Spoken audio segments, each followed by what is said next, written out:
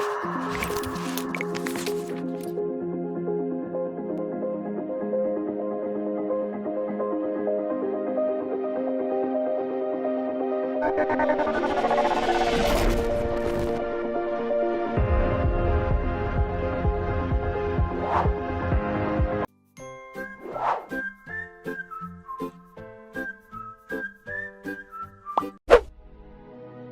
guys, what's up?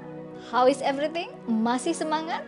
Jumpa lagi bersama dengan Bunda Mai IBN. Banyak hal yang menarik yang seharusnya kita tahu mengapa terjadi seperti itu. Apa sih maksudnya? Penasarankah? Aku kasih tahu ya. Tapi sebelum kita mulai, jangan lupa di subscribe dan nyalakan lonceng notifikasinya. Terima kasih loh atas kerjasamanya dan waktunya. Cus, kita langsung saja ya bahas topik tentang bagaimana terjadinya siang dan malam. Tentunya ya guys, setiap hari kita itu mengalami perputaran antara siang dan malam. Dan seringkali kita hanya menjalani aktivitas kita tanpa pernah kita tahu bagaimana prosesnya ya.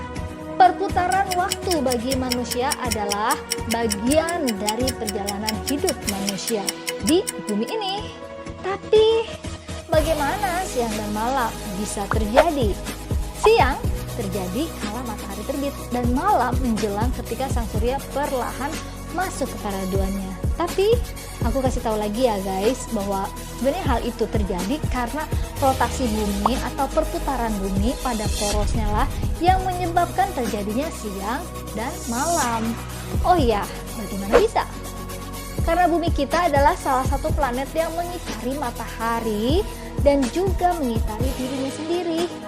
Bumi membutuhkan waktu 24 jam untuk menyelesaikan perputaran pada porosnya. Dan inilah yang dikenal sebagai satu hari bagi manusia. Selama 24 jam, bumi berputar mengitari porosnya. Dan ada kalanya sebagian wajah bumi berhadapan dengan matahari.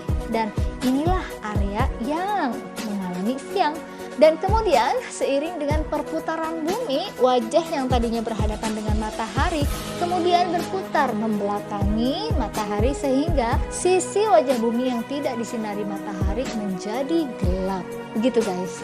Tapi bagi sebagian orang mungkin ada yang berpikir mataharilah yang tampak bergerak di langit sehingga terbit di timur dan tenggelam di barat. Pada kenyataannya ini disebabkan oleh perputaran bumi. Matahari tampak terbit di timur karena bumi bergerak ke arah timur dan menuju ke barat. Ketika matahari tampak terbenam, kalau dilihat dari kutub utara, maka perputaran bumi ini tampak berlawanan arah jarum jam. Dan kita akan melihat kalau siang dan malam menyapu bola bumi dari timur ke barat. Tidak ada yang menarik guys, bagi kita yang hidup di ekuator bumi ini, panjang siang dan panjang malam bisa dikatakan hampir sama, yaitu rata-rata 12 jam.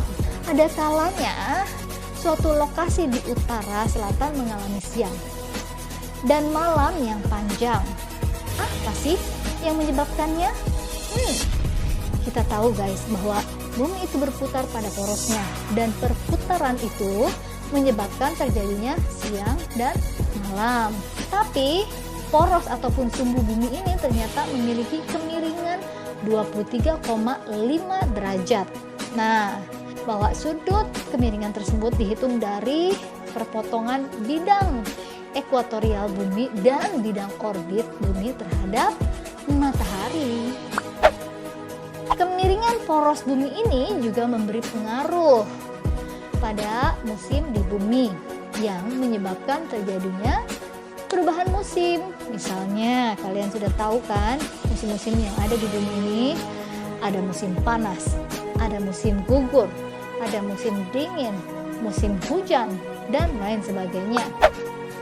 Ketika bumi bergerak mengelilingi matahari, poros ini akan mengarah ke titik yang sama di angkasa.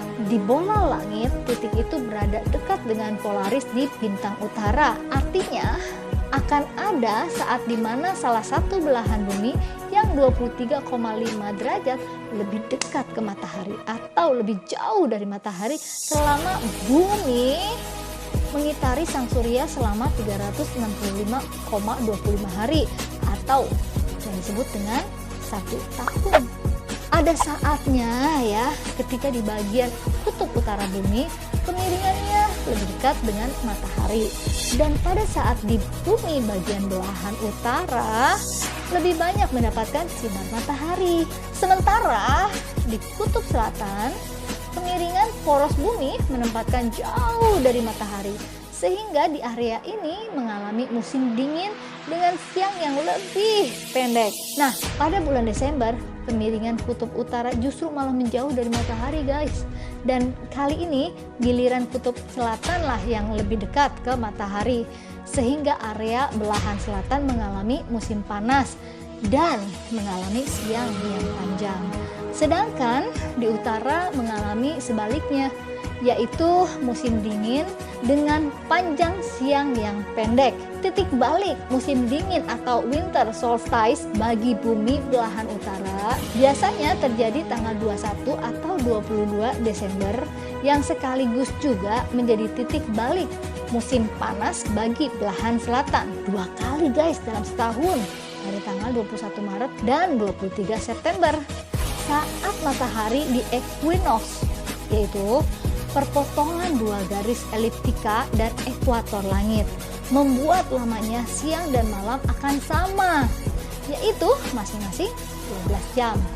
Ketika di equinox, poros bumi tidak mengarah ke matahari, atau vernal equinox di bulan Maret juga merupakan penanda transisi dari malam selama 24 jam ke siang selama 24 jam di kutub utara. Dan titik balik pada musim gugur atau autumnal equinox di bulan September menjadi penanda kutub utara akan memasuki malam yang panjang ketika matahari tidak pernah terbit, sedangkan di kutub selatan akan mengalami masa sebaliknya, yaitu ketika matahari tidak pernah tenggelam, guys.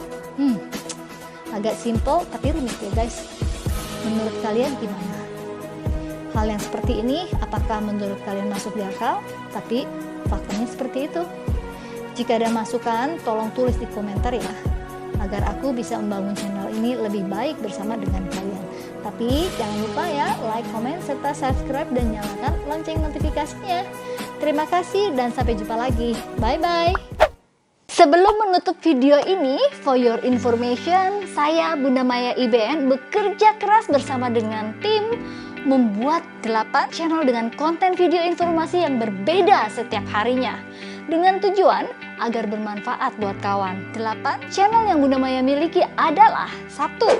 Bunda Maya IBN Channel disajikan untuk anak-anak yang seharusnya sejak awal kita sudah berikan pesan-pesan atau nasihat positif untuk tumbuh kembang mental dan pribadi anak. Lewat dongeng dan lagu yang dibuat oleh Bunda Maya akan disiapkan sesuai dengan usianya. Yang kedua adalah Maya News TV Channel. Disajikan untuk siapapun yang suka dunia pendidikan, baik itu sejarah, ilmu, dan sains, geografi, dan sebagainya. Semua informasi ada di channel Maya News TV. Yang ketiga adalah Maya World Fact Channel. Disajikan untuk kawan yang menyukai hal unik, aneh, dan menarik yang mungkin sulit kita percaya, dan ternyata faktanya ada. Yang keempat adalah Maya World Adventure Channel. Disajikan untuk kita mensyukuri apa yang kita miliki di bumi ini. Perbedaan budaya, wisata, agama, semua ada di sini. Saya berharap dengan adanya channel Maya World Adventure bisa membuat kita bisa memelihara dan menjaga apa yang dimiliki oleh bumi ini. Yang kelima adalah Maya Wisdom Channel, disajikan untuk kawan yang mempunyai masalah. Semoga dengan adanya Maya Wisdom Channel ini bisa membantu kawan agar bisa menemukan solusi dari masalah